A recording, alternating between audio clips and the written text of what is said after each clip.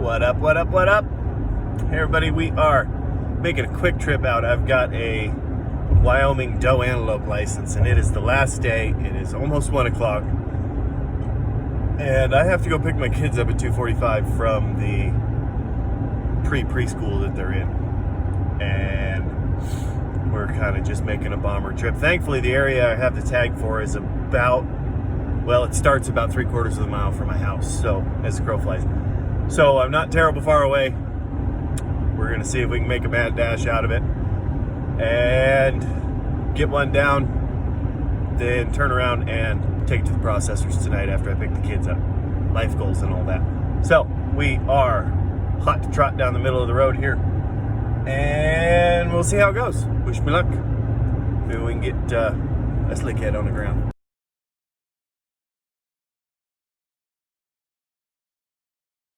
Alright guys, so here's what we got. Just caught what looks to be a lone doe. I saw a buck coming over towards her, but looks to be a lone doe right over here. And didn't see that many fawns or anything around her. I can't find my little tripod for my phone, so I don't know if I'll be able to figure out how to get it on video for you, but we will see what we can do for you. On the right side, we're filling a doe antelope tag. There are no shortage of pronghorn antelope in the state of Wyoming, so follow along. Let's see what we can get out of this.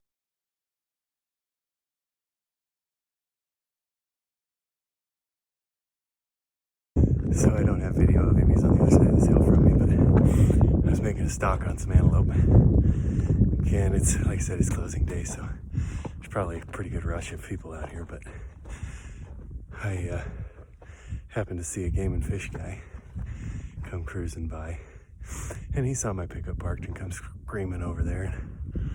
I just waved at him as I come around the hill, but boy, I've sure checked my regs and everything on my phone a dozen times since he showed up. But he also unfortunately made the antelope that I was stalking turn her head right towards me and looked dead at me while I was stalking. So I backed out as slow as I could. I think they're still there, and I'm gonna go ahead and try a different angle at them here. We'll see how it goes. But it's almost funny. I know I'm not breaking any laws. I know it's closing day, whatever. Oh, there's a doe there running away. That's probably bad.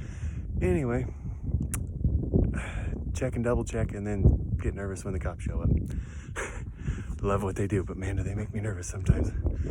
Especially on these kind of oddball tags where it's just a doe tag and not a type 1 tag where you can shoot anything, because those are typically the regs I look at. But let's see if we can seal the deal over here. Wish I had got video of that, guys, because I'm down here just around the corner. I have cell service. I should put my seatbelt on, but right where I was at, I didn't have cell service, and I've been looking at regs for the last like 3 or 4 days for the state of Wyoming, trying to figure out where I can deer hunt and what type of different tags I can pick up for unlimited whitetail tags, so on and so forth.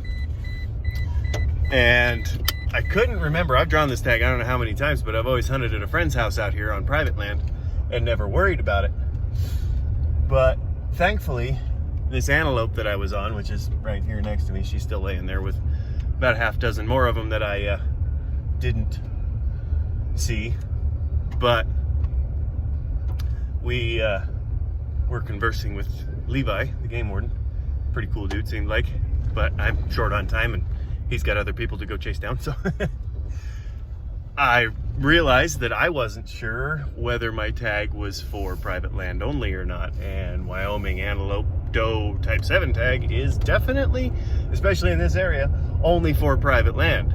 Like I said, I've always hunted private land out here. I've hunted with my best friend since kindergarten. One of these days I'll have to meet and catch up with him, but it is closing day today, so you guys won't get to meet him today. I think he's at work. Anyhow, so thankfully that doe was, regardless of what angle I was at, was laying, I don't know, at a perfect angle to shoot back towards pretty busy county roads. So I decided, instead of risking that shot and risking the fact that I wasn't sure if it was private land only or not, I backed out, and the game warden came over and talked to me. And sure enough, I was but a hair trigger away on a 270 short mag from being in a little bit of trouble. So let that be a lesson to you guys. Regardless of where you hunt, how often you hunt it, always check your regulations. There's been quite a few people in this same area that have gotten in trouble because this used to be a general deer area and now it's a draw type area. And there's actually a couple of guys at work that have gotten quite a bit of trouble for shooting deer out here without the correct licensing. So check your regs. If you don't know, back out.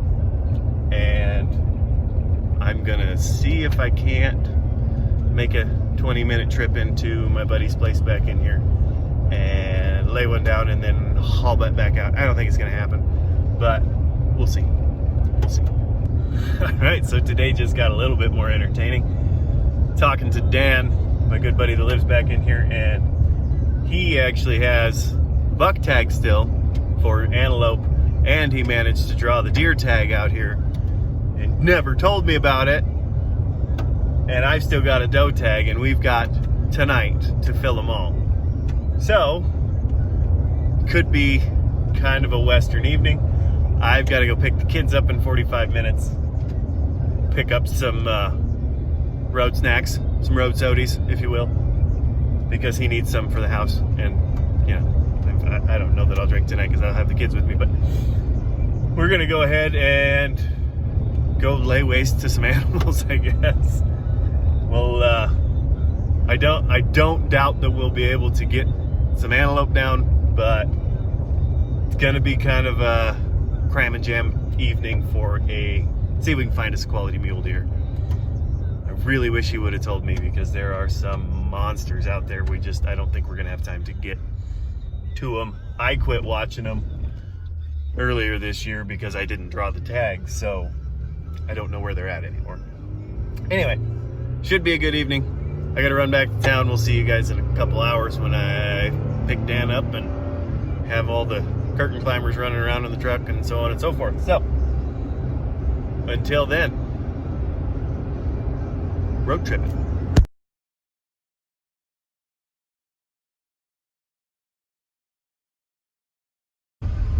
That little clip right there is exactly why I put Kylie in for this area out here this year. We weren't sure if she was going to have a heck of a lot of time to get a chance to elk hunt, but if she did draw the tag, I was going to make sure she had time. The hard part about this tag out here is it's really close for a lot of people as far as this side of the state, and they only give out, it's either 25 or 75 tags every third year. So there's a 2-year gap, and then we can put in for it again. But last time I looked, I think there was like 2,200 people that put in for 25 tags or 75 tags, whatever it is. And that number's only risen because a lot of people that are just moving in here, it's kind of a boom area as far as the state of Wyoming, this part of, yeah, it's feast or famine around here, and we're starting to feast pretty well because the oil fields picking up and stuff. But I don't think a lot of people realize how ridiculous it is to try and draw that tag in the first place. So a lot of people put in for it not knowing, and then they end up wasting their first choice and so on and so forth. But obviously Kylie didn't draw it, but there are elk everywhere out here. And the strange part is I shed hunt this a lot. I put in, I think, 8 days last year, and the only elk shed, I found a fresh shed of deer sheds, but the only elk shed that I actually found was, I thought I had a deer standing by the side of the road. I was like, yeah. Anyway, the only elk shed I found, we were driving along in the side-by-side and it was laying next to the trail. And we missed going in and we hit a dead end and came back out and it was laying right there. So, yeah. I have no idea where they actually shed out here. I think they get down on private, but there are elk everywhere out here, and I don't know, maybe Game and Fish will start changing how they draw it every year, maybe every other year now. But for now, really hard tag to draw, but a really easy way to come see those big, beautiful animals because they are in abundance out here. And I don't know if I can flip this thing around here in a minute or not. I'm not that savvy with my phone, but as we have that conversation about all the elk that are out here, right up in there, when I was, I don't know, 6 or 7 years old, was the first place I ever saw live elk. It was right there on that hillside. Cutting back up this cut finger. Coming out to hang out with Dan for the weekend, I believe is what it was. Might have been longer than that. But yeah, right up in there is where I saw my first elk ever. Any of you guys actually remember where you saw your first elk? It's kind of random because if you ever get out in this part of Wyoming, you don't really expect to see elk, but that right there it was a pretty cool morning. I think there was 15 of them, 2 bulls. There was, at the time, there wasn't anything real big. This part of the country had a really big fire, and it killed off actually a lot of the elk in the mid to late 80s, I believe. And when I saw them, and that had to be like 94, 95. So, yeah. Let me know if you guys remember where you actually saw your first elk. All right, everybody. The taco's a little bit hung up. And Dan went on a little nature hike back to his house. I expected him to bring a half ton, something along that. What do we get? We get us a deuce and a half. We get a deuce and a half. Maybe a little overkill for a Toyota Tacoma. Tow rope's ready, but Hey, bud. Dan just couldn't help himself. Had to bring the deuce and a half. Well, we can use the winch if you want. If you guys are wondering why I haven't been taking video of this antelope hunt, we did manage to get one doe, but my kids have decided they have to watch Vampirina, so that'll be the end of the show for tonight. The deuce and a half to save the day. Taco's going to be out here directly, I would hope, and here we go.